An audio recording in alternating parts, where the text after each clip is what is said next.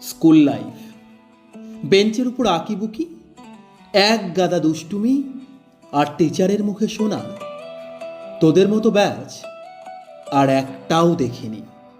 College life, প্রথম প্রেম কিংবা প্রথম বিচ্ছেদ, সাহিত্যিক ভাব, প্রথম নিকোটিনের স্বাদ আর কলেজ ক্যান্টিনের ধার বাকি, তার সাথে কলেজ বাঙ্ক।